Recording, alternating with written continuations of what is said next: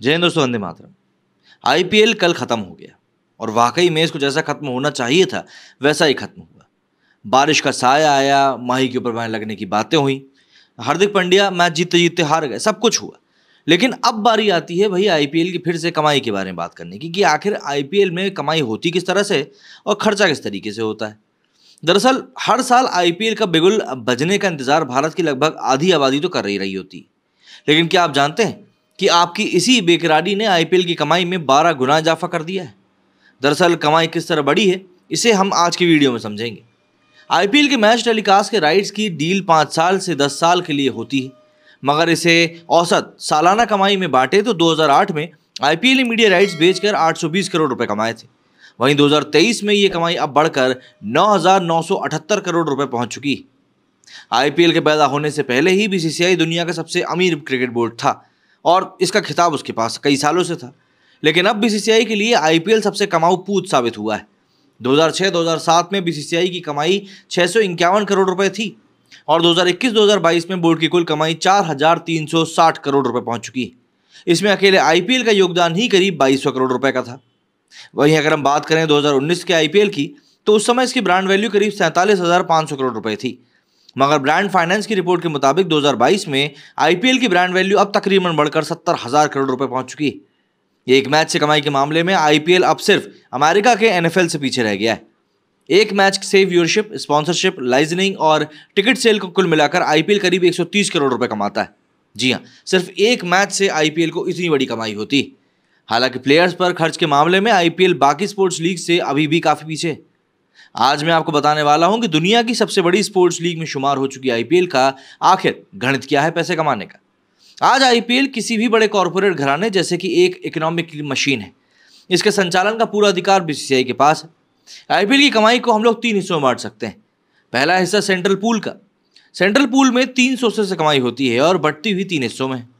दूसरा हिस्सा फ्रेंचाइजी की कमाई का। इसमें कमाई के 3 मुख्य जरिए होते हैं, जबकि ये 2 हिस्सों में बढ़ती है। 80% हिस्सा फ्रेंचाइजी को मिलता है, तीसरा हिस्सा फ्रेंचाइजी फीस रहती है। और आईपीएल में आने वाली हर टीम का ओनर ऑक्शन के जरिए तय होता है।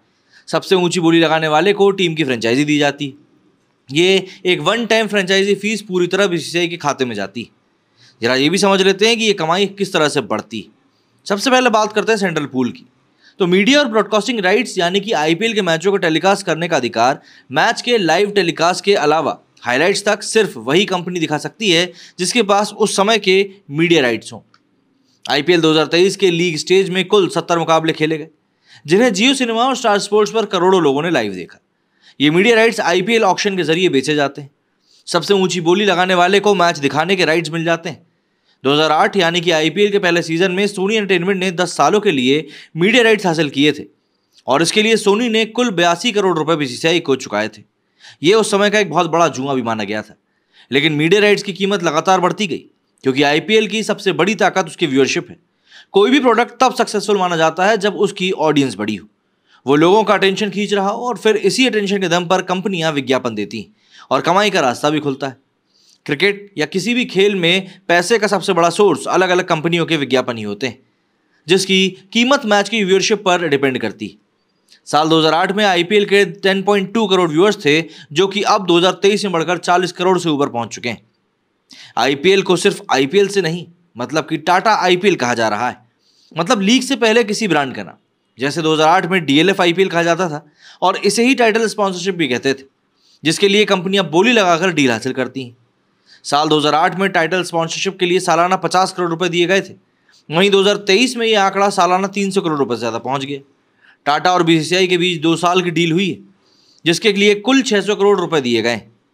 टाइटल स्पॉन्सरशिप के अलावा official sponsor, umpire sponsor, strategic time out sponsor भी होते हैं, जिससे साल 2022 में करीब 270 करोड़ रुपए कमाई हुई थी। इसके अलावा मैच के दौरान ग्राउंड पर लगने वाले विज्ञापनों से भी बीसीसीआई की मोटी कमाई होती। अभी आईपीएल में कुल जमा 10 टीमें, हर टीम को सेंट्रल पूल से कुछ राशि मिलती है। इसके अलावा ये अपने स्तर पर भी खासी कमाई करते हैं।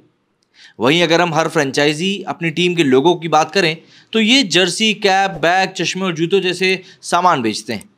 ये बिक्री ऑनलाइन और कुछ रिटेल आउटलेट से पार्टनरशिप से होती है, मगर इससे होने वाली कमाई का खुलासा कोई भी टीम ओनर करता नहीं। फ्रेंचाइजी की कमाई का दूसरा हिस्सा है टिकट सेल। मैच के दौरान टिकट की कीमत होम ग्राउंड वाली टीम तय करती है। इसलिए टिकट के प्राइस अलग अलग स्टेडियम और मैच के दौरान बदल जाते हैं। जैसे लीग स्टेज के मुकाबलों की तुलना में फाइनल और क्वालिफाइंग मैच का टिकट ज़्यादा महंगा होता है, और वहाँ पर अगर धोनी खेल रहे हो तो आप खुद ही सोच सकते हैं। कोई भी नई टीम जब आईपीएल का हिस्सा बनती है, इसके लिए फ्रेंचाइजी फीस देनी होती है। ये पूरा प्रोसेस बोली लगाकर होता है, जिसमें अलग अलग कंपनियां या ग्रुप टीम खरीदने के लिए बिडिंग प्रोसेस का हिस्सा बनते हैं। लेकिन कोई भी इस बिडिंग प्रोसेस का हिस्सा नहीं बन सकता, ऐसा भी है। इसके लिए वही लोग अप्लाई कर सकते हैं जिनकी वैल्यूएशन 3,000 करोड़ रुपए से ज़्यादा हो। फिर सबसे ऊंची बोली लगाने वाले को फ्रेंचाइजी दे दी जाती है। जैसे साल 2022 में जब गुजरात टाइटंस और लखनऊ सुपर जायंट्स लीग का हिस्सा बनी, तो बीसीसीआई के खाते में 12,500 करोड़ रुपए जुड़ गए। साल 2008 में बीसीसीआई ने अलग अलग शहरों की फ्रेंचाइजी लॉन्च करी, जिसके लिए कंपनियों ने बोली लगाई। इसमें सबसे ज़्यादा दिलचस्पी मुंबई और चेन्नई के लिए दिखी। अब कमाई तो हम लोगों ने समझ ली, ये भी जान लेते हैं कि इतना जो पैसा आया उसका होता क्या है। तो आईपीएल से होने वाली इस कमाई का बड़ा हिस्सा सेंट्रल रेवेन्यू पूल को दिया जाता है, जिसमें कि मीडिया राइट्स और टाइटल स्पॉन्सरशिप के अलावा दूसरे कुछ सोर्सेज भी शामिल होते हैं। सेंट्रल रेवेन्यू पूल में सबसे बड़ा हिस्सा यानी करीब 50% हिस्सा बीसीसीआई का होता है। वहीं 45% रकम को सभी फ्रेंचाइजी में बांटा जाता है। इसके अलावा बचे हुए पैसों को प्राइज मनी और दूसरे खर्चों में इस्तेमाल किया जाता है। प्राइज मनी के मामले में भी आईपीएल दुनिया की दूसरी लीग से काफ़ी आगे। साल 2023 में आईपीएल का प्राइज मनी पूल करीब 46.5 करोड़ रुपए था। विनर को 20 करोड़ और रनर अप को 13 करोड़ रुपए दिए जाएंगे। वहीं तीसरे और चौथे नंबर की टीम को 7-7 करोड़ रुपए मिलेंगे। आईपीएल की बढ़ती इकोनॉमी के साथ साथ प्राइज मनी भी करीब करीब हर साल बढ़ी। 2020 में कोविड के दौर में कॉस्ट कटिंग के नाम पर बीसीसीआई ने प्राइज मनी आधी कर दी थी। विनर के लिए प्राइज मनी 2017 में भी 20 करोड़ से घटकर 15 करोड़ रुपए करी गई थी, मगर इसका कोई कारण बीसीसीआई ने नहीं बताया था। परफॉर्म करने वाले खिलाड़ियों पर भी पैसों की बरसात होती ही रहती है। आईपीएल का रोमांच खिलाड़ियों के प्रदर्शन पर पूरा डिपेंड करता है। वहीं शानदार प्रदर्शन करने वाले खिलाड़ियों की कमाई भी जबरदस्त होती है। मतलब कल अकेले शुभमन गिल ने ही शायद 6 अवार्ड जीत लिए। प्रदर्शन के आधार पर ही ऑक्शन में प्लेयर की कीमत करोड़ों में पहुंच जाती है। इसके अलावा मैच फीस, सैलरी और विज्ञापन में कमाई किसी खिलाड़ी की हिस्सेदारी होती है तो वो उसकी होती है। विराट कोहली जब साल 2008 में आरसीबी से जुड़े थे तो उनको हर साल 12 लाख रुपए मिलते थे। आज 2023 में विराट हर साल 15 करोड़ रुपए सैलरी उठाते हैं। आईपीएल ने भारत ही नहीं बल्कि विदेशी खिलाड़ियों के लिए भी रास्ता खोला। इसके लिए बीसीसीआई दूसरे देशों के क्रिकेट बोर्डों को खिलाड़ियों की सैलरी का कुछ हिस्सा देती है। आईपीएल शुरू होने के दौरान सैलरी का 10% बोर्ड को मिलता था, जिसे 2017 में बढ़ाकर 20% कर दिया। क्रिकेट और एंटरटेनमेंट का ऐसा तालमेल बना कि देश ही नहीं बल्कि आईपीएल पूरी दुनिया में लोकप्रिय हो गया। मीडिया रिपोर्ट्स के मुताबिक आईपीएल की व्यूअरशिप पूरी दुनिया भर में 46 करोड़ से भी ज्यादा है। दुनिया में कई खेलों से जुड़ी लीग हैं। यहाँ रोचक बात यह है कि क्रिकेट वाला आईपीएल फुटबॉल वाले एनएफएल से एक पायदान नीचे है। हालांकि क्रिकेट से जुड़ी लीग्स में आईपीएल ही किंग है। दुनिया भर की अलग अलग स्पोर्टिंग लीग में एक मैच होने से वाली कमाई पर नजर डालें तो आईपीएल दूसरे नंबर पर आता है। लीग की कमाई में खिलाड़ियों के हिस्से को देखें तो इसमें आईपीएल सबसे पीछे भी नजर आता है। दरअसल 1983 वर्ल्ड कप जीतने के बाद भारत में क्रिकेट तेजी से पॉपुलर हुआ, लेकिन पैसे अभी भी नहीं थे। जब 1987 का वर्ल्ड कप भारत में कराए जाने की बात हुई तो बीसीसीआई को दूसरों से पैसे मांगने पड़े थे। आज लाइव टेलीकास्ट से हजारों करोड़ की कमाई करने वाला बीसीसीआई को साल 1992 में एक मैच की ब्रॉडकास्टिंग के लिए 5 लाख रुपए देने पड़ते थे। लेकिन समय के साथ क्रिकेट और पॉपुलर हुआ, बीसीसीआई ने मीडिया राइट्स बेचना शुरू किए, जिससे उनकी कमाई बढ़ने लगी। और फिर 2008 में आईपीएल ने सब कुछ बदल कर रख दिया।